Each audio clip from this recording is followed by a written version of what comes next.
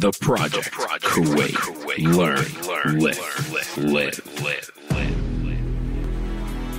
Hey everybody, welcome to this episode of The Project. And in this episode, I am left alone to sit down with Leveling Up with Nasser and the Functional Nutritionist. We talk about the Kuwaiti diet and the foods that we see culturally at our family gatherings and how to fuel our body properly and better. All this and more in today's episode. Hey everybody, welcome to The Project. Meg and Liam are entrusting me alone today to interview / do a podcast with the Functional Nutritionist and Leveling Up with Nasser. Now, Nasser has a podcast in Arabic, which I think is something that is definitely needed in the market that has to do with everything. Introduce yourself. You can do better than me, man. Sure. Hello. My name is Nasser Alawadh. I'm I started as just a dietitian, and now I've finally kicked into spreading the knowledge instead of just counseling people.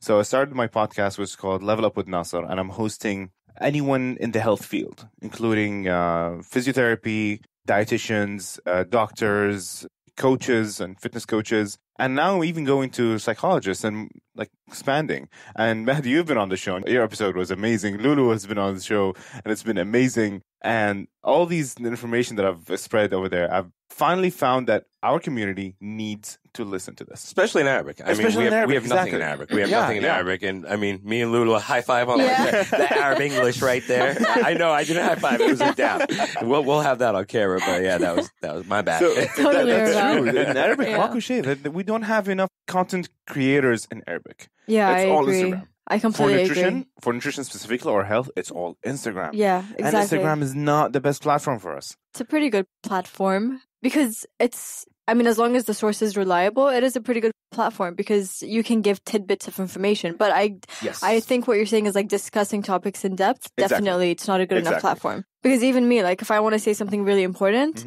I honestly, it takes me a while to like condense it into like a bite-sized piece that people can understand. Because otherwise... But even with the bite-sized pieces, I mean, if we really look at it and analyze it and break it down, let's think of what we used to do. We'd have to get a research paper or a book at the library. Then we'd take that book, analyze it, read it, go through it, summarize it and everything. And then it turned into, okay, now we have Google. All right, now we have Google, go through Google. And then it turned into everyone was using Wikipedia. And I thought the biggest joke when I was in college was people citing Wikipedia. I remember that too. I remember that too. Yeah. And then, now it's gone from like the Wikipedia, which I'll probably find more credible than the Instagram. So, I mean, Instagram, yes, but it's who's pumping that information out there. And one thing and I see this a lot from the nutrition field.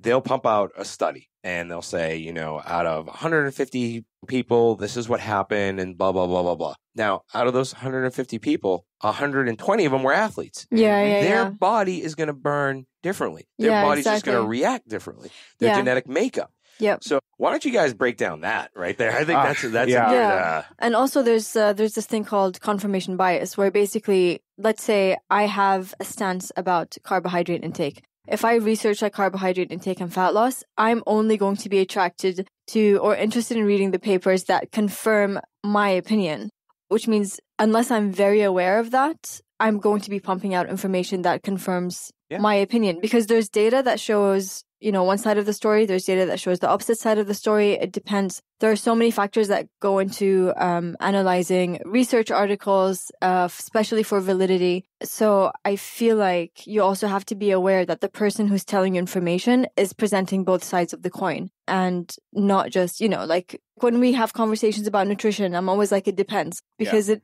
really important to understand. That's the most word we use and the most word that people hate. Like, what do you mean it depends? I know. It depends on this, and that. Exactly. But the study says. Yeah. The study depends on those few people. And even among them, it's different results. Yeah. It's not 100%. And also, as you said, the confirmation bias is a huge thing. Yeah. And it's also like, how many studies did you actually read on the topic? Yeah. And you can manipulate any study. You can manipulate. You really can. I did my master's thesis. Yeah. And, you really can kind of play with the data. With the data. You can really play with the data. So it's like, oh, yeah, I'm a genius. I got this right. And it's exactly. It's like I only asked 100 people that I knew would give me the same response. Exactly. To prove my, my methodology. Yeah, exactly. But even when you break down the methodology, you can manipulate that also. So, I mean, if you guys, as nutritionists, you guys post a lot on Instagram, which I think is great, and you post different nutritional facts. So what are some of the things that people can look for as a source of credibility when buying into a nutritionist on Instagram or on a social platform? That's a really good question. I definitely think if they explain how they reach that conclusion, like if you look at my posts, I mean, sometimes I post just statements, but if you look at my post, I really try to explain the physical reasoning behind why certain things happen. I think if it's data-oriented as opposed to opinion-oriented,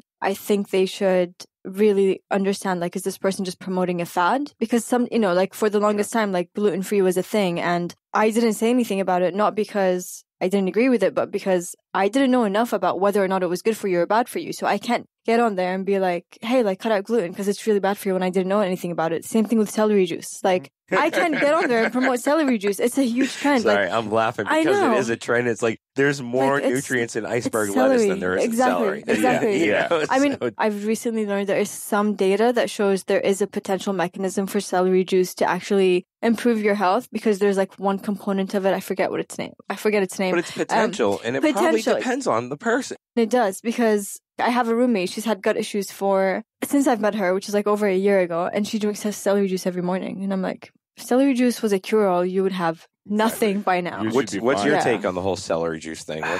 Honestly, because your clients are completely different from her clients. I'm assuming, right? Honestly, yeah. I think your clients. I deal a lot with behavior change than anything. Honestly. Yeah. See, I'm not the best at addressing behavior change. I've had people come into my clinic and they go like, they're obese and they're like, listen, I love food and I don't want to diet and I want to eat everything that I like. And I just look at them and I'm like, but why are you okay? Yeah, like, I completely help. And like, sometimes I have to like let go of my own ideas of what the ideal diet is. And I'm like, listen, you can like cut down on this and cut down on this and address this portion size. And this is how you do it. But it's not my forte. I think somebody else would do much better. Whereas for me, I do better with someone who comes in and they're like, I really want to do something different. Like I want to take care of my body. I have these symptoms and I know something's wrong. There's something wrong and I don't know what it is. And we work together to address that. And see that statement you just said, like, I want to lose weight, I don't want to diet, I don't want to do all that. That's the biggest or most common statement I get. And that's what got me into behavior change. Yeah. I got one course and I'm planning on getting the other from ACE, which sounds amazing. Like I checked the module, it looks amazing. Because at the end, Lulwa, what I'm thinking is no matter how much information we got, no matter how much information we give them, it doesn't mean they'll apply them. Therefore, they won't see results. I completely agree with you. Yeah, so I 100% that's agree why with I you. moved toward the behavior change. Yeah. And it's been working well because you might get a client of mine that started off with me in the first couple of weeks and I didn't give them a proper diet. Yeah. The real proper diet. Because if I give them a full-on proper diet, they will not commit to it. I know. So I start as easy as I can. I ease them into it and teach them small things at a time. Check what bad behaviors they have personally and I try to address that and start slowly change that. So basically, I go for the long game. I always go for the long game. That's why even my coaching, like it's a 2-3 months commitment. They pay up front. I will start working on them for 2-3 months. The old system of, hey, come in and just get one session and leave, that doesn't work. Yeah, you're right. It doesn't. Yeah. I think behavioral change is super important, but I think that's why we attract different clients because the clients that come to me, they know they have to be a little bit more committed than just eating exactly the same, except for reducing portion sizes. So, but then your clients come in because they know that you do really well. Yeah, exactly. See, that's why I said, that's why my name is Level Up. Like my tag is Level Up because I do see clients at different levels. You have the level 0 that do nothing and want to do nothing. Level 1 that just, they don't know enough. They don't have the knowledge, but they want to start off. And then level 2 that know just enough to start off and they're starting to apply, maybe participate in some, I would say I would call them amateur athletes. Like seasonal. I mean, I myself, I'm an amateur athlete. I join triathlons and marathons and all that like once or twice a year. Yeah. I wouldn't consider myself a level 3 professional athlete that trains and eats all year long for my events, but I train for that. I have a lot of clients like that. Kuwait is full of them. And then you have the level 1s and level 0s. Yeah, so that's true. When I reach level 2 and 3, that's when you come in. That's when I sometimes I call Lulwa or talk to Lulwa. She'll help you out with some specific things. Yeah. And it's safe to say. I mean, I know people that have gone to Lulwa. I know people that have gone to you, and it's completely different. It's apples and oranges. The approach is completely different. So far feedback's been good. Good. Yeah, it depends. Like that's why it's important to have variety. It's not. So let's try and retract back to the question though. All right, we went off a little bit of a tangent. Now, if we were to pick 5 things that we would need to look for in someone's Instagram, okay, what, in our opinions, okay, because this is opinion-based, it's definitely opinion-based, what would be an indication of whether this person is full of baloney or we should buy into?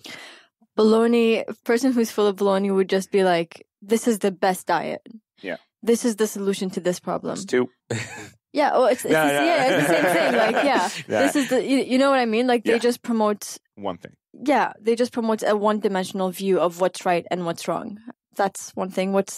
You say number 2? Number 2 would be, I mean, I wouldn't say just diet, but like when they start pumping out information in every single aspect without considering the different client, I wouldn't say clientele, but audience. It depends. You know, it depends, exactly. It very well depends on a lot of things. I say that, I'd like to clarify this point because it really puts people in a spot where they get confused. You said this is right, and now this is right. And then Lulwa said this, and Nasser said this. So which one is right? Yeah, exactly. I quote, what's a healthy lifestyle then? Exactly. If you say this is right and this is right, and everyone's saying completely different things, what is a healthy lifestyle? What is a proper diet? If someone's just mass producing content without actually considering a kind of a tangent or a link between the information they're sharing, I see that as a problem because most likely those people are just looking for followers, just looking for numbers. They're just posting as much as possible to play the Instagram algorithm. And when I actually ask them proper, deep questions, I don't get a proper answer because they don't know how to analyze. They just share information. Okay. Yeah. I was also going to say something along those lines in terms of people who are on it for popularity. If I'm following someone for their educational content, I don't want someone who's like snapping selfies like 20 times a day or posting their women in the field who, and I've seen this, where they're literally in crop tops or sports bras and then they're posting about gut health. And it's like... Why? So they can get the followers, dude. Exactly. Come on. Exactly. And it works. But then It works. It does work. Yeah. I'm not. Sadly. I mean, no, it's great. Would and it work it's if I motivating. shot some selfies in a sports bra? I think so. Not a sports bra. Not for the same reasons.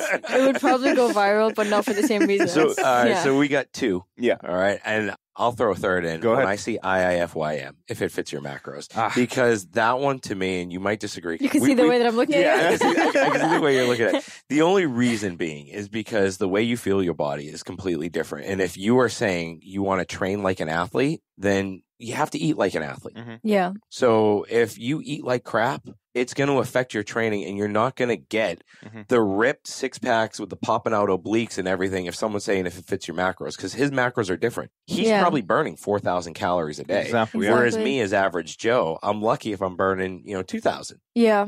So, and with those macros, if we're storing glucose, all right, I'm going to go back to one of our earlier episodes. If I'm we're glad storing, I'm teaching you. I'm trying to plan my argument really well right now.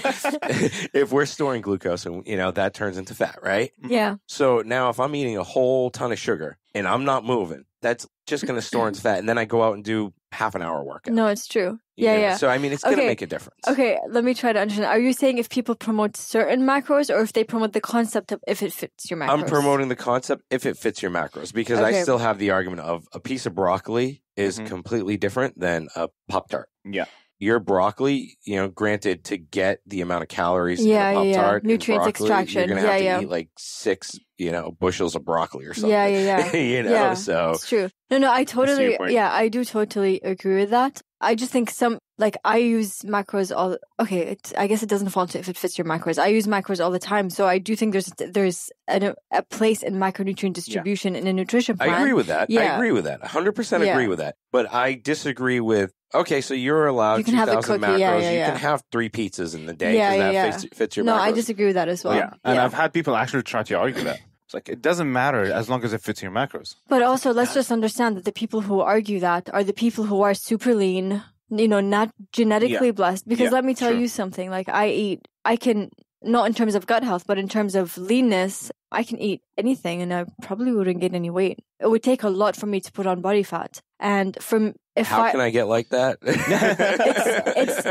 have to say it's genetics. I mean, right now I eat really well and I train really hard. But all the factors considered. Yes. So then I can't therefore promote if it fits your macros works. It just because maybe I'm just like if you get an overweight or even obese client that tries to follow the if it fits your macros, even if I give her like 1,800 to 2,000 calories, still she doesn't need that. She needs proper quality. Yeah. We're starting from zero. Again, you need to teach her, you need to heal her body, her metabolic system and all that to actually perform at the level that Lulwa just described. So could we agree on 3? Yeah, we could agree on 3. All right, sweet. All right, cool. All right. I got one more. All right, I have to say this, even though I know someone close to me that actually does this, but when people only post studies, the study says.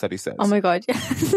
And I know people that are getting really popular doing this. I wish them the best. But when someone only talks studies, I know for sure they have not worked with actual clients. They only dealt with papers. They only dealt with numbers. They only dealt with data.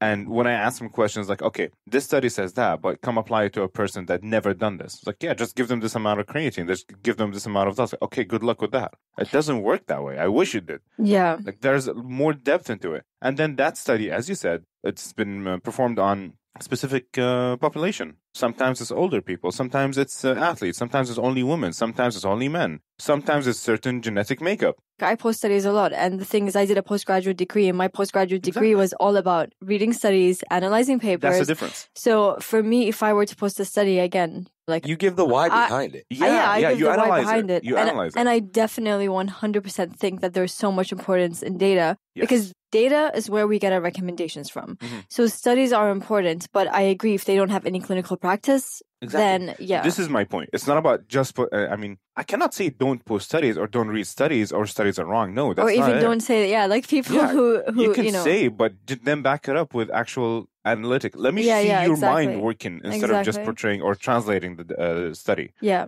And that's what I've been saying. People are just posting the study without actually analyzing it, without applying it to real life. And that's my key thing. It's real life. At the end, we're working with real people living real lives, not fully controlled studies. Yeah. It depends on the context of the information. Because let's say I was literally about to post some information about how estrogen metabolism is affected by gut health because I've seen it a lot in my clinic. It's something that we know is true. But for me to put that kind of data out there, it has to be backed up by research that is deemed to be peer-reviewed in a journal article, non-biased, all of those other things. So we had the selfie pics, which was one, right? Yeah. And then what was number 2? Also, your second number point 2 was mass posting, I'll call it. Okay, mass posting. I mean, they can post as much as they like, but if you're posting all over the place. But also, some because some people they're not full-time nutritionists, but they're really good researchers. I know people like that. They're not full-time nutritionists, but they're amazing at research.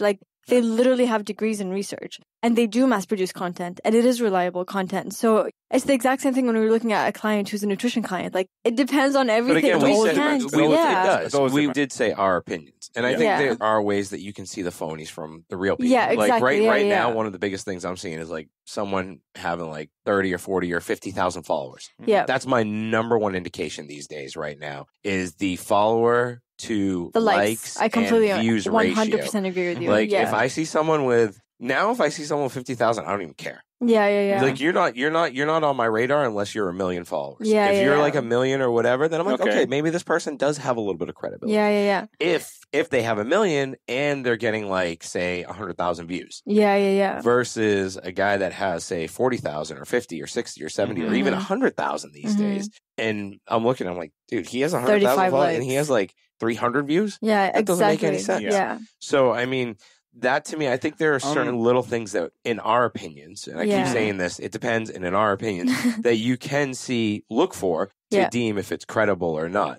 Yeah. To switch gears, though, go ahead. Because I think we went way off. We could way stick off. to this topic I know we forever. could. That could go on forever. We could keep going back and forth. But I wanted to really hit on the topic at hand, which is Kuwaiti food. Yeah. Okay. Now we're 3 Kuwaitis. All right. I the expats out today.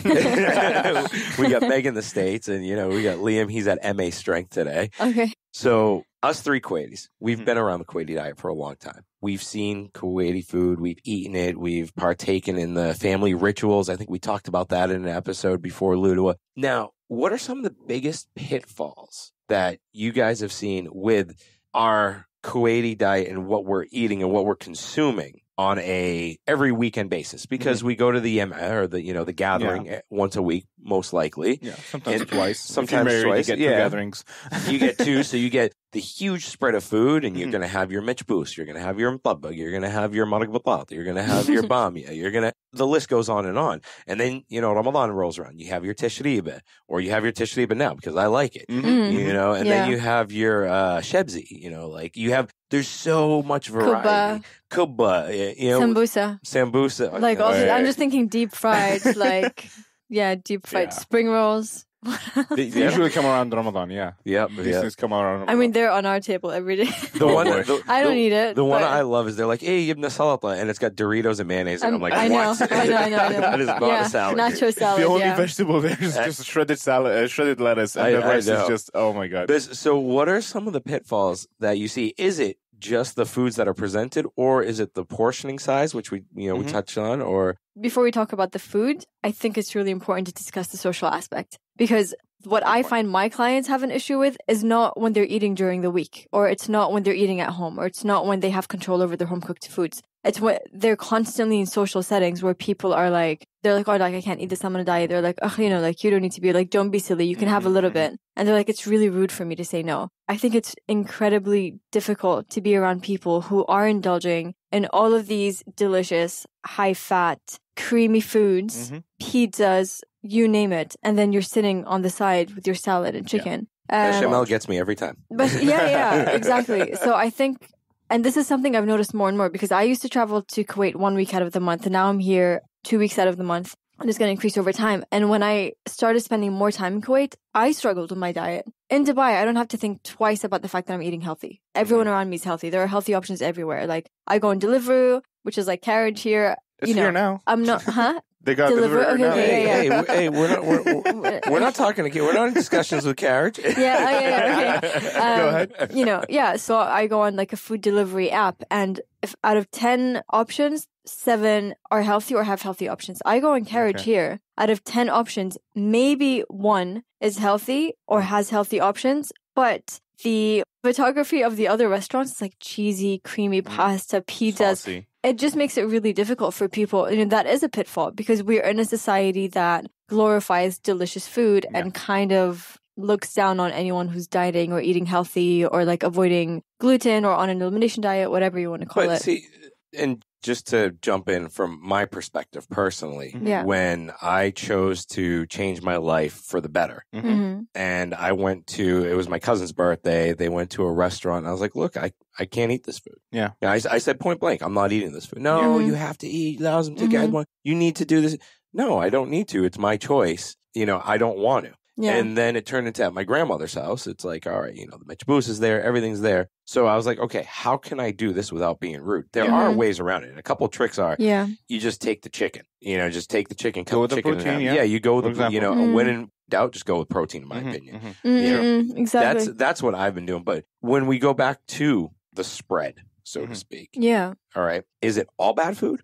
I mean, and we're not categorizing good or bad, but is it all food that is not conducive to your goals? Yeah. So I'd like to add a couple of points actually to her point, and then jump straight into this point. First of all, I have been seeing a huge shift in the mentalities. I have been seeing a huge shift in the way even families are now supporting people that actually want to live healthy. I mean, I go to a duania that used to have like big pizzas, like 12 pizzas for the whole group, and sometimes we order big rice plates and all that. And now, like, I walk in, everyone has their own meals, and no one's saying anything to anyone. Like, everyone's ordering, sometimes like 2 or 3 of them would order from a healthy restaurant. That same group of people, that same group of guys that used to eat 12 pizzas together are now all eating healthy food by themselves. Like, it's by choice. It is changing. Actually, now thinking about it, 2 out of my 3 duanias that I go to actually do this. When it comes to gatherings, I also see a shift in that. I mean, of course, my opinion is usually biased because they know I'm a dietitian, so when I walk in, no one talks to me about that.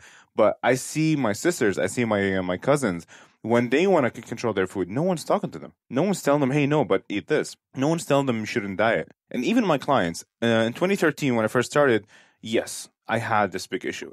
Almost everyone would say, yeah, but I don't want to tell people that I'm on a diet. I don't want to tell people that I'm changing my food because they will not support me. Right now, in 2019, I do feel like it's different. I'm getting way less comments like that, way less complaints about that. So that's number 1. Number 2, when it actually comes to the food itself, the main issue I see is variety too much variety. And, psychologically, when you have too much variety, you actually eat up to 30% more because you want to try more. So that's independent of the quality of the food. Even if it's all healthy, you'll eat up to 30% more just because you have more options. And that's what happens at our gatherings. Every small family brings a plate or something, or one dessert or a big plate. And then you have like 3 main courses, 3 different kinds of main courses. And when you sit down there, most people unconsciously or subconsciously pick all. Like they get all 3 of them. But if you actually go in with a mentality that's like, I just want to have one. Or even better, what I do is like I teach them to go with one small plate and put portions from each, if you'd like, and teach them what to put exactly. So variety is a problem, and then goes to quality. Like the Kuwaiti food, it didn't start off like that. Like they used to use natural fats like ghee before, or even more natural fats before that. And then now they switched to the artificial fats, the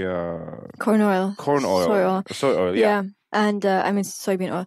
Rice and to canola oil as well. And the issue is these oils are omega-6 fatty acid, contain omega-6 fatty acids. And omega-6 fatty acids, when you're constantly consuming foods that are cooked in these oils, you are going to have a much higher omega-6 to omega-3 fatty acid ratio. And when you have a really high omega-6 to omega-3 fatty acid ratio, you actually end up in an inflammatory state. And I know when it comes to nutrition, people are very interested in the physical appearance, maybe a little bit more than the health, unless they have health conditions. So it's not just about how you feel on the inside. It also affects the way that your fat feels. So I do body fat analysis. I can tell straight away if someone has a diet high in fast food or junk food, or they eat out all the time. Because they'll come in and they'll be like, I eat really healthy. Like we'll go through their food history, and then I'll do their body fat analysis. And I'm like, do you eat healthy out all the time? They're like, yeah, I'm constantly ordering in. Because it becomes very hard fat. Because what happens is those oils that you take in from the food actually integrate themselves into the cell membranes. And instead of it being like this really fluid cell membrane, it becomes really rigid. And it makes issues like insulin resistance, or it worsens insulin sensitivity. So that plays into fat loss and weight loss, and how fluid your body feels, and how healthy you are. So we can say the spread is okay in terms of the food. It's what the food's made out of that can have more of a restrictive effect on our health benefits. Yeah. I mean, and then the behavior itself. So with the spread, there's a behavior part. So that's my take on it. It's more about the quality of the food. And if someone's on an elimination diet, they're going to have to eliminate gluten and dairy. So they can have rice, but they're not allowed to have like sambusa, for example, if it's on the thing. And I think given that elimination diets are 3 weeks, that's something they can handle. But then from Nasser's perspective, he would probably be looking at portion sizes a bit more. Portion sizes and behavior change. Which would make sense. I think this is a great combo. But usually I start with this and then have to You think every combo is higher? No, I think having both of you guys, it's a really good combo because it's offering different perspectives. Yeah. And I think a common problem that a lot of us have, even the Western people, when I bring someone over to my grandmother's house, they're like, wow, dude, there's like a lot of food here. It's, it's a ton of rice. And there's not much protein. There's like, especially during Ramadan, and you have, the tashriba, and everything's like really carby, really big. So one of my buddies was like, dude, I don't know how much I can have of this because of that. And I'm like, but just figure it out, go from there. And I think the portion thing, if you put less on your plate, but more of a variety, you don't look as rude. That's what I do. That's what I teach. I think that's a good. I think that's a good way of doing it. Especially if like different people cook the different meals and you eat from one of them, they actually look at you sometimes. Yeah. It's like, "Why, you don't like my food?" That look in their eyes. So it's like take a bit from each and put it in. Now I have to be honest. Portion size is not everything, because if I do that, it's just like if it's your macros, it's not everything. It's just one step. Yep. It's just one step. So I tell people go with portion sizes and gatherings because I'm coaching them what to do in the other 6 days. If you're okay in the other 6 days, when you go to a gathering, you can handle yourself. Because in the end, the way I explain it is like, it's just like a test. You don't do nothing until the test day and then say, how do I pass the test? You work on it, you study, you practice it on a daily basis. Every meal you're having on a daily basis is habit-based, portion-based, awareness, changing ingredients, changing quality, upgrading quality. And then when you go to a gathering, you're better equipped to handle what's going on. That's a good point. Now, Lulwa, back to you. I have a question for you, okay? What's your question? From an athlete's perspective. Yeah. All right. Now, that was a great point to lead into this one, because my question to you from an athlete's perspective, all right, now if we're looking at the portions, the habitual stuff, so what are some of the good sources of fuel that we could find on the typical Kuwaiti spread from bamia to maraq batat to qima to my ultimate favorite. I think this is like the tough guys like meal, shebzi. Just because no, it's loaded with greens. Yeah. Like I agree. you know, like it's loaded with greens, but if you eat a whole pot of it, which is what I do, you know what I mean, then you're not going to get the benefits. Plus you have the mtabak diai, and then you have the mechbous lahm, and then you have the what else? Throw some Zbedi. Zbedi. I mean, hey, but since Zbedi, then you know it's fried deep. But if we're an athlete and we're seeing this spread out, and say we've got a workout on Saturday and we're eating on Friday, how can we maneuver around that to fuel properly? Would we avoid some of the highly dipped oil food so we don't have that omega-6 influx? Basically, would we steer towards just white rice or the mechbous rice? I would say when it comes to athletic performance, because we were having a conversation, as we always do before these headsets came on, about, how sometimes like if you go to a family gathering and then you train the next day, you feel awful. I think a lot of that has to do with the inflammatory response of food. And that comes down to what you can tolerate and what you can't tolerate. So if you have an intolerance to a certain food, let's say you have an intolerance to dairy, which is really common, and if you're having a small amount of this food on a constant basis, you're going to have chronic but low-grade inflammation, which means you're not going to get an acute response from eating that food, unless it's like lactose intolerance where you have a digestive issue. So if you eliminate that food for a while, let's say you're not eating it for 6 days of the week, and then the weekend comes in and you indulge in pikyo, like someone's brought frozen yogurt into the scene, and you hate on pick. I'm not hating. I'm not hating on pick. Listen, don't hate on my pick. All right. If you do well with whatever food it is, by all means, go for it. You know what I mean? I don't have any issues with food. I only have issues with foods that cause negative response in people. And certain from people. The athlete's perspective. Yeah, so from the athlete's perspective, what we want to do is we want to avoid that inflammatory response, because that's what's actually going to make you slower. It's going to make you sluggish. It goes from low-grade inflammation. So if you're having a little bit every day, you're not really going to have that big of a reaction if you have it on the weekend. But if you're eliminating and you're being super good like all week, and then you have a bunch of it, you are going to get more of an acute response, which means you have a more obvious reaction to it. It could range from fatigue, like not sleeping really well, having like major digestive discomfort. So you have like more blood flow or restricted blood flow to your extremities. So from an athlete's perspective, go for the foods that are clean sources of carbohydrates. So that's rice. People ask me, can I eat mechbous? And if it's one day of the week and you're not diving headfirst into a bowl of mechbous. Wait, what's diving headfirst? Does that mean finishing off the whole plate? No. That's something I'm not going to lie. Like my mother-in-law's house, she's like, Mahdi, just take the whole bowl. And she'll literally take my plate away and give me the entire bowl of rice, and See, and I eat, dude. Me too, though. Like I eat mechbous. Like I don't think nothing is bad if it's in moderation. So and like it's pot isn't moderated. I know, but now spread it over the week. Spread it in moderation. But how much oil are you really having in that one plate of rice? Like what is it? Like a tablespoon of that oil? If it's not really going to cause that big of a reaction, unless you're eating that and you're eating like a common food intolerance, and you're indulging in pizza, and you're eating all of these things that you usually don't eat, and then you go train. So now, let's go to the maraq side of it. Okay, the stew side of it, because I mean, let's think of it logically. You get tomatoes, onions, garlic, maybe a little bit of oil, not that much from what I've seen cooked with when they make like maraq batat or maraq bamia. There's not that much oil in it. It's usually the fat coming from the actual meat. Protein itself. But even the fat from the protein, that's kind of good fat, that's right? That's probably way better fat than the fat you're going to get from the canola oil, right? Yeah. So would it be beneficial for me to say, okay, you know what? Maybe I'll stay away from the mechbous rice because that's doused in oil. Let me go towards the stews. Let me go towards the which maraq. Has potatoes. Yeah, and then you get the maraq qima or the shebzi and everything, and it has those beneficial things. So would it be more beneficial for an athlete just to go that direction and maybe mix a little bit of the clean carbs with like maybe a spoon of rice? Depends on their needs. Like if you're a high performing athlete, you're a high performer. Let's forget about needs for 1 second. Okay. Grandmother's house. Are you talking about quality food? I'm talking about quality. How can I plan? Say I have a workout on Saturday. My grandmother's house is on Friday. Okay. And I still need to eat to fuel my body. Of course. So what are you got to work out tomorrow? Yeah. Rice, so what are some good choices? Potatoes. So would a maraq batat be okay? Totally. Okay. Yeah. All right. Listen, that's my more direct question. Like maraq batat is. Yeah. Would the stews be more beneficial than the rices? Not necessarily. They're two different things. Okay. Not necessarily, because really, like, what's in the rice? Like a little more canola oil. Yeah. Obviously, you want to avoid that all the time, but we're talking about traditions and culture. Yeah. So people are going to be going like once a week to these events. The difference between a stew with potatoes is not really going to be that different from rice and chicken.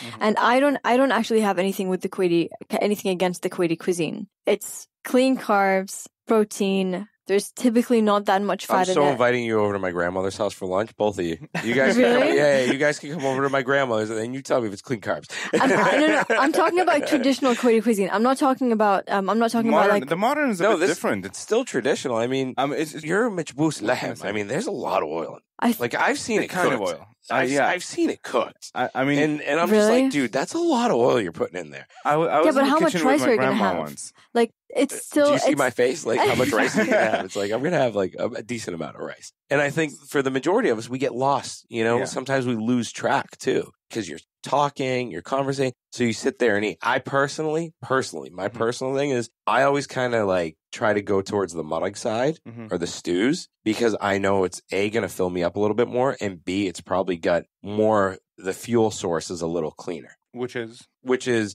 the tomato paste, the meats, the ades, or you know what I mean? Like the bamia. Like I'm still getting my vegetables in.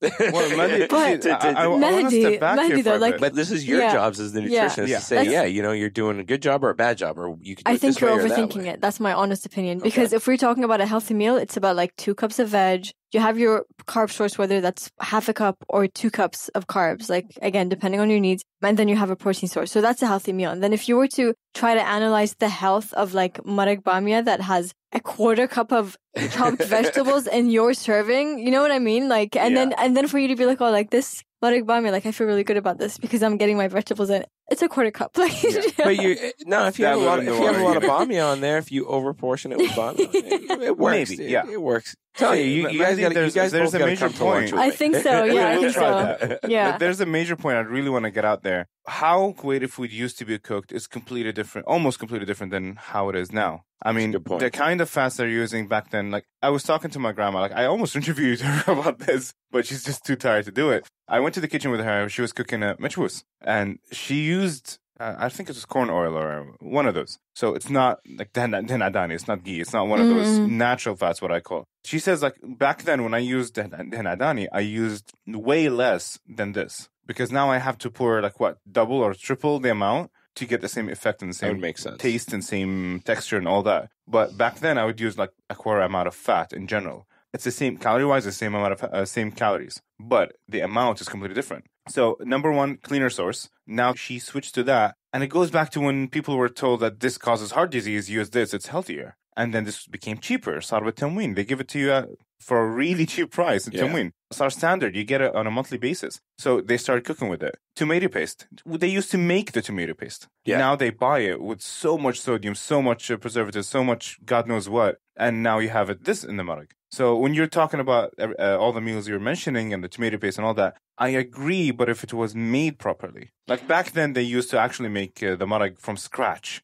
Now they're using chicken stock, like a certain brand I don't want to mention. They're using the tomato paste from a certain brand, preserved and everything. Even the salt is not natural salt as it used to be. So, and then the oil is a different kind. So it did change. The Kuwaiti cuisine as ingredients did change. So that's actually a pretty good point because if you look at our ancestral diet, if we go back to our ancestors, and I always argue with people about this, they'll be like, no, it's okay if I eat it. And I'm like, it's okay if you eat it, but if you're not, if you don't feel right afterwards, it's because your body's not used to it, and I've seen that more with myself over the last few years when I started to cut certain things out. Like right now, I know gluten is just like, it's bad for me. It just doesn't work with my body. Certain dairies just don't work with my body. Yeah. And I'm understanding that more and more. Yeah. And then when I look at the ancestral diet, it's like, okay, so when I eat fish, I feel great, but I hate fish for some reason. Yeah. When I eat fish, I feel amazing. But I just don't I don't stomach it well. So it's, I've been playing with my diet so much with the foods that I'm eating to see what works best for me. And it just comes back to your ancestors, dates. Our genes. What are they used to having? Exactly. Like when we were talking about dates earlier. Yeah. This is my segue into the dates. That's good. Right? When I have normal dates, not the douse dates with the molasses on it, that's a great source. I feel great after that. Sure. When I feel like you can feel when you're low on sugar. And when I have some of those, I'm like, all right, I'm good. I'm good to go. But our ancestors ate it without the dips. Yeah. Or so much of it, actually. Yeah. Whereas now, you see all the spikes in diabetes, everything. Yeah. And you're right. Like, if you look at the dips they put on it now, dates, it's a traditional food we always have. So it's been made differently now. Let's try and break that down a little bit. So let's explain it as quick as we can. Like, we were talking about the natural dates, which is, what's it called in it? Before it became dates. Before, like, halal, I forgot. I know. Just right off the tree. Yeah, just right off the tree. Right off the tree. It's green into yellow. I know exactly. And they can have it like this as a yellow ripe fruit, and then they let it, I don't know, age or ripen even more or overripe until it becomes dates. Yeah. It's still dry. It's still rutab. Yeah. I can't believe I'm the one that came up with it. Where did that come from? Because I was thinking about it. Where did that come from? Because I knew it started with an R. You're sitting there and you're thinking, you got something to say, and I'm like, can I cut Nasser off and just be like, what are you going to say right now? What's going to... So we got halal and then rutab and then tamar. And then at dates, which is dates. For dates, it's just dry. It's ripe halal, a ripe fruit. But when they packaged it, they compressed it so much and then squeezed all the molasses out of it. Most of the time, they actually add more into it, like more molasses to keep it all preserved in that. And it's all air sealed and everything. I was just telling Lula before we started in that when you're having that one piece of date, naturally, you're getting good balance of the sugar itself and the fibers within it and the minerals and everything. But when you get it with the molasses, it's way more sugar than the fiber would balance out or let's say fix or control. And if you look at the big picture, like how many pieces you're having, because it's compressed, it looks smaller. You're going to have like double the amount at least. If you get 2 or 3 big pieces naturally, you're going to have like 5 or 6 of the smaller ones because they're so compressed with the molasses on top. So that was one of the biggest things. I'm ashamed to say that it took me 22 years to realize the differences in dates. Like, I thought only the compressed one was the dates. No, I agree with you. That's what I thought. I didn't know all the different kinds. Yeah. Until someone gave me fresh dates from their farm, and I'm like, they look like this? What am I getting? What's my family doing to me here? Exactly. So. I mean, from my family, I'm like... We get dates on a weekly basis from people visiting from Nasser, from Saudi Arabia. Yeah, which are really good dates. Yeah, they bring them to work. I work there. I've never tried them.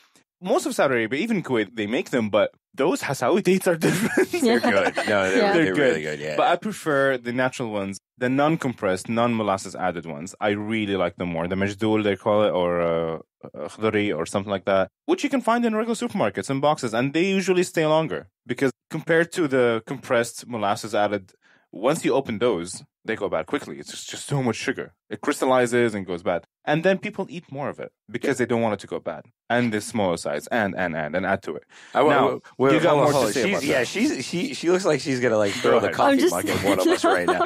No. I'm genuinely thinking, I'm coming to conclusions.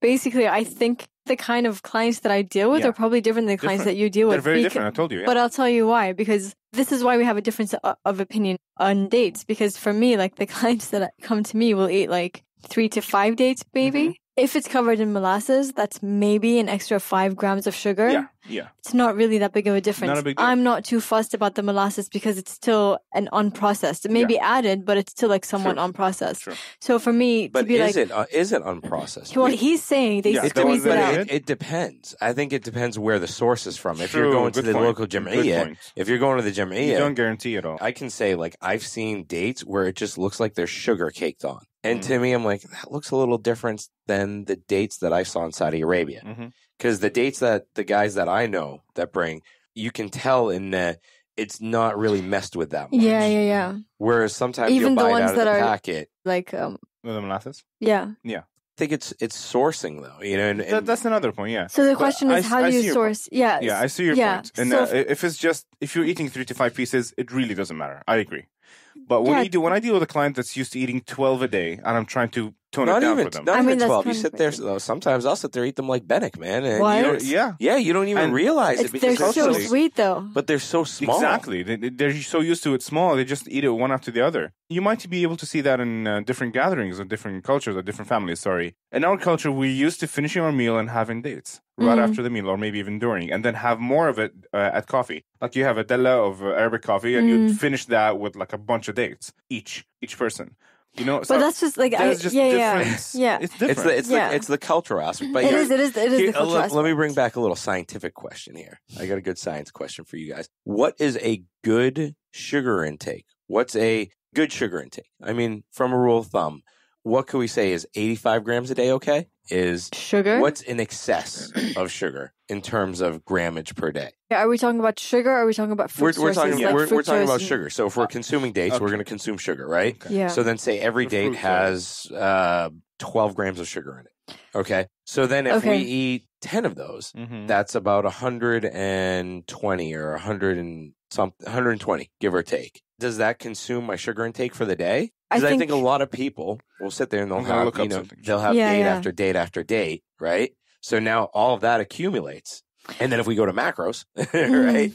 So, yeah. I think given that the recommendations for optimal fruit intake is 2 to 3 pieces, and each fruit will roughly have about 15 grams of sugar, 3 dates is the equivalent to 1 fruit. So one date will only have 5 grams of sugar. I think it's safe to say that about 30 to 50 grams of sugar is acceptable given it's from healthy sources. That's the most scientific version of the answer I can give you. But then... So unrefined fruits. Yeah. Really. Yeah. But then again, if you talk to me and you talk to Nasser, we both would probably have different diets. I train super hard. I need about 200 grams of carbs per day. Yeah. I'm going to put coconut sugar in my coffee if I want to. I'm going to put normal sugar in my coffee if I want to. I'm going to be eating 3 to 4 sources of fruits per day. I'm going to be having carbs, which do break down to sugar. If I look at my fitness pal and it says I've had 75 grams of sugar for the day, is that bad for me? No, I'm fueling my training. Yeah. My body fat isn't changing. My energy is level. And then you look at someone who has insulin resistance, no sugar. Yeah. None. You don't want any sugar in their diet for about a few weeks until their cells resensitize to insulin. So I can't give you a super scientific answer about but that's how much. But that's as scientific as you can get. Point, it's a good point, and it's just how much is too much, because anything context. In excess. I gotta see in context. First, the source is very important. Now, when she said dates and all that, even coconut sugar, she said good sources. But to be fair, coconut sugar is not that big of a difference from. It's not really that big of a difference from sugar, because again, I'm all about true facts. So I could be all about, let's be vegan, let's be healthy, let's be gluten-free. I'm going to have my coconut sugar in the morning. Really, this is not that big of a difference from normal sugar. Okay. So, but what she's saying, she gave you the whole context of her lifestyle and how it fits her. And then you got to be careful with sources also. You didn't mention maple syrup and pancakes and things sometimes, like that. Sometimes. Maple you syrup, wouldn't rely on it. There's, if it's an organic, natural maple syrup. You can, in my opinion, go ahead, have at it. But again, anything in excess is going to have detrimental effects. Yeah. And also, since we're on the topic of sugar and health, I can look at it from another perspective. So even though I need a certain amount of carbohydrates per day, I know, for me, I want to get off of this kind of a diet within the next few years of a high carb diet, because I know that sugar is aging. Regardless of my insulin sensitivity, regardless of my body fat, regardless of my training, because sugar, when you eat sugar, especially fructose has 20 to 30 times more of this ability than sugar, which is from fruit sources. When you eat sugar, it creates something called advanced glycating end products. So what glycating basically means, glucose attaching to something. So what that means is when you eat sugar, it attaches to protein structures in your body. It denatures these protein structures, dehydrates them, which means they end up breaking down and losing their function. So it contributes to aging. So in that aspect, how much sugar is too much sugar? Probably even 30 to 50 grams of carbs would be enough if you're trying to look at it from an anti-aging perspective. You want your skin to look good. You want your body to feel good. You want your cells to function well. You want your mitochondria to function well. So I think that's one of the reasons I'm having such a hard time answering these questions, because there's so many aspects. But it's cool. I mean, this is what this is for. We don't all have to agree. We don't all have to see eye to eye on these things. Yeah. I mean, that's the beauty of this. It depends on you. It depends on your background. So it's cool, dude. I mean, I think it's a really good discussion. Yeah. Now, just a funny quick story. I used to train at Old School Victory Gym in Jabaria. Oh my, yeah. And there's this guy, Boeli, there. Older guy. This was years ago. We're talking 15 years ago. Oh my God. He used to bring in like this thing of dates and he'd put it down for all the guys with the Arabic coffee. Mm-hmm. And I remember him till this day. He's like, tfadal, Power. fuel, power. Yeah, but that's the old school mentality. Like my uncle, he's like, you want to get big? Go eat carbs. You know, Yeah. You know, he's like, go eat pasta. You know, even our old coach was like, load up, eat pasta. Yeah, there's benefits to it, but at 20 years old, you're going to use that fuel more efficiently versus using it now. It's probably why I love pasta.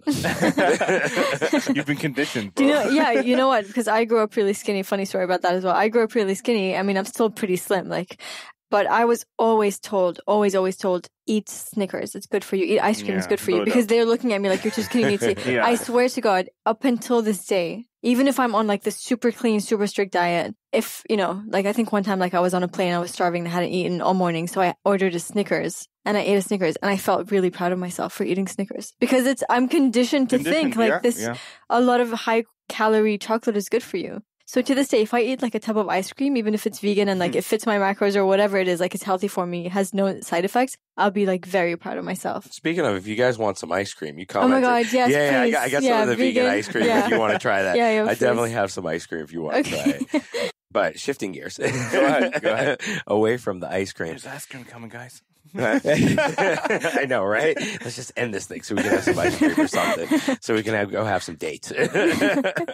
Bro, if you allow me to add something, should you mention something very interesting that it has a lot to do with our culture? Growing up skinny and people thinking that you don't need to eat healthy, you don't need to go to the gym and all that, that's still happening. So that's something cultural we have as well. Like if someone's not overweight, like I got a lot of non-overweight clients. I got a lot of them. Like I would say almost 50% of my clients are non-overweight. They just want to be healthy. They have issues and maybe physical or mental or performance issues that they want to get better at. And I coach them through that. Those people, the non-overweight clients suffer the most because those clients go to their homes and their families do not acknowledge that they need to eat healthy or even go to the gym. So that's a cultural part in Kuwait here that we have. It's like you don't need to eat healthy. You should just actually load up. You do the opposite so you can gain weight. Yeah, I mean, Gaining weight is different. You probably understand that. I got very bullied a lot as a young adult and even as a child for being really skinny. And I was always like, eat burgers, like do this.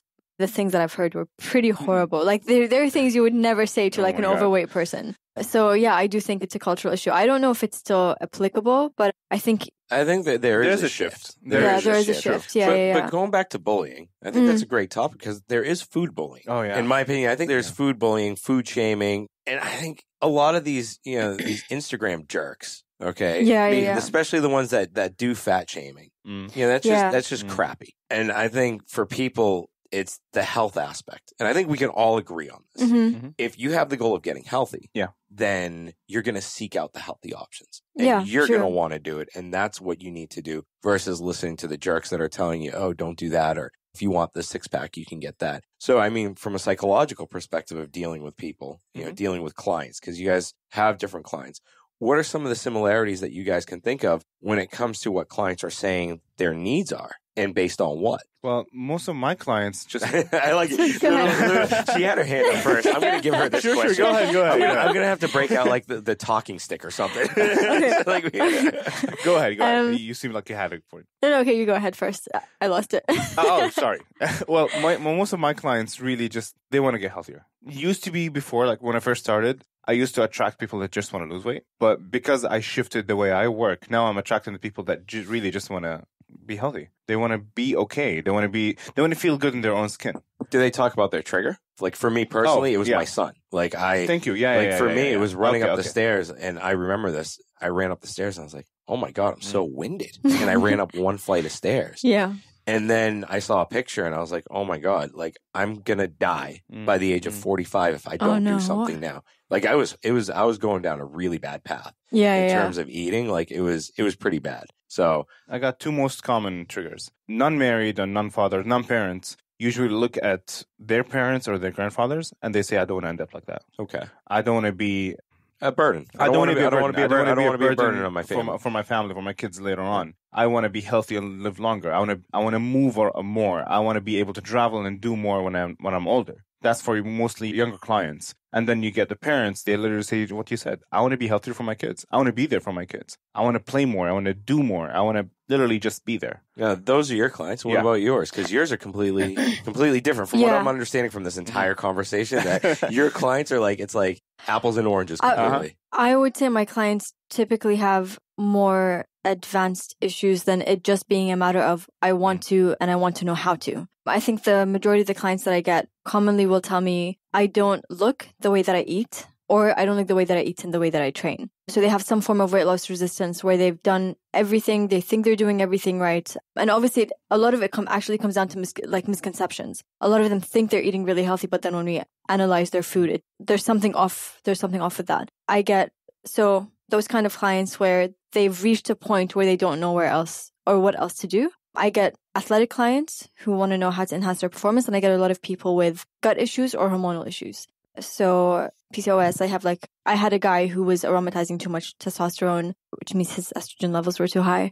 Yeah, I would say I do get people that only want weight loss, but those are the people that don't fully know exactly what I do, because then they're like surprised with me saying, I think you should go on an elimination diet. Let's see how your body reacts to this. Yeah, they're probably like, what? What's an elimination? The funniest thing is I have to ask about people's history. So that means we have to go through any kind of like emotional traumas. We have to go through things like their childhood, like their schooling, like all of these things. And the funniest thing is like when they're like all ready for me to talk about their diet, and then I start asking about, how was your relationship with your parents? And they're like they're just like crossing their arms and looking at me like, why is she asking me these questions? And they're like, well, I started gaining weight. And I'm like, well, okay, like I'll get to that, but let's discuss this first. So I think I answered the question. So, I mean, I think this episode was packed full of a lot of different things, especially from the Kuwaiti cultural perspective. Yeah. And for our Western listeners, like, look, if you are going to a traditional Kuwaiti gathering, it is somewhat rude, I would say, not to eat. Yeah. But you can, from what Nasser and from what you were saying, is you could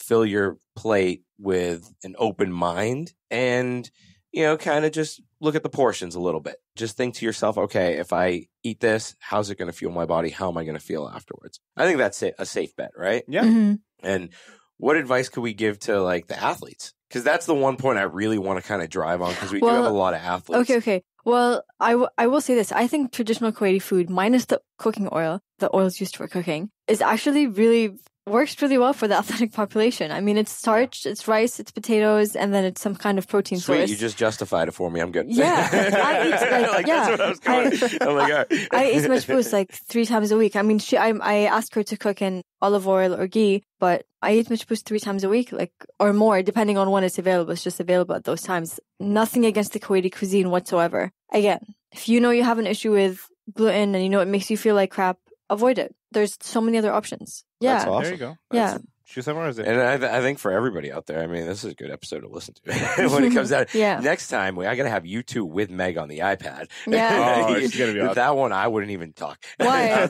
Because I'm just going to be like, you guys have at it, man. You're all gut health, and So I mean, I think that's a lot of fun. Thanks, guys. It was a pleasure having you on, Nasser. Thank you. As Meg. a first time, just having basically kind of like a nutrition roundtable. Yeah. That's a first. So thanks, dude. It was awesome having you on the show. Meg. And hopefully we'll have you back on sometime again. Definitely. This was a lot of fun. It was. Thank you for having me. Functional Nutritionist, as always, dude. I love saying that. It's kind of like saying nutrition. I love chatting with Lula. Right? She introduces a whole very, very interesting part of nutrition that most dietitians and most people just don't even know about, don't talk about, don't address. And they miss the ball. In my opinion, I think Honestly, a lot of them miss the openly. ball on some True. of the things that you talk about. And one thing I've been seeing more and more lately, and it's been pissing me off to high heaven, is when you have a dietitian on Instagram or on a social platform saying, don't gain weight or don't do this, or you don't want to gain so much weight for, doing this exercise, or if you're a breastfeeding mom, you shouldn't gain this much weight. And I'm just like, dude, you're not a doctor. No. And you don't know what everyone's genetic makeup is. Exactly. It's horse crap when you're pumping out information like that. That's why taking a really thorough history is super important. And anyone who comes to see me, you can expect we're going to go through some details that you thought you would never talk to a dietitian about, because your history, and I say this all the time, you too can have the exact same symptoms. Mm-hmm. Your history dictates how the treatment or how the nutrition plan gets written out. 2 sisters could come to me. They leave with completely different recommendations. So We discussed this as well about like who to trust on Instagram and blah, blah, blah, blah. Like someone with an open mind. As long as you're open-minded, you know how to look at people individually. You know how to listen really well. We're like that's really important. We're going to have a whole episode on just on breaking down consultations. No, but we should do that. But breaking down the Instagram profile. Yeah. I think that will make for a good episode. All right, guys. Thanks. Thanks for listening to this episode. If you enjoyed it, please head over to iTunes to subscribe, rate, and leave a review. You can also find us on Instagram at The Project Kuwait. Thank you, and join us next time.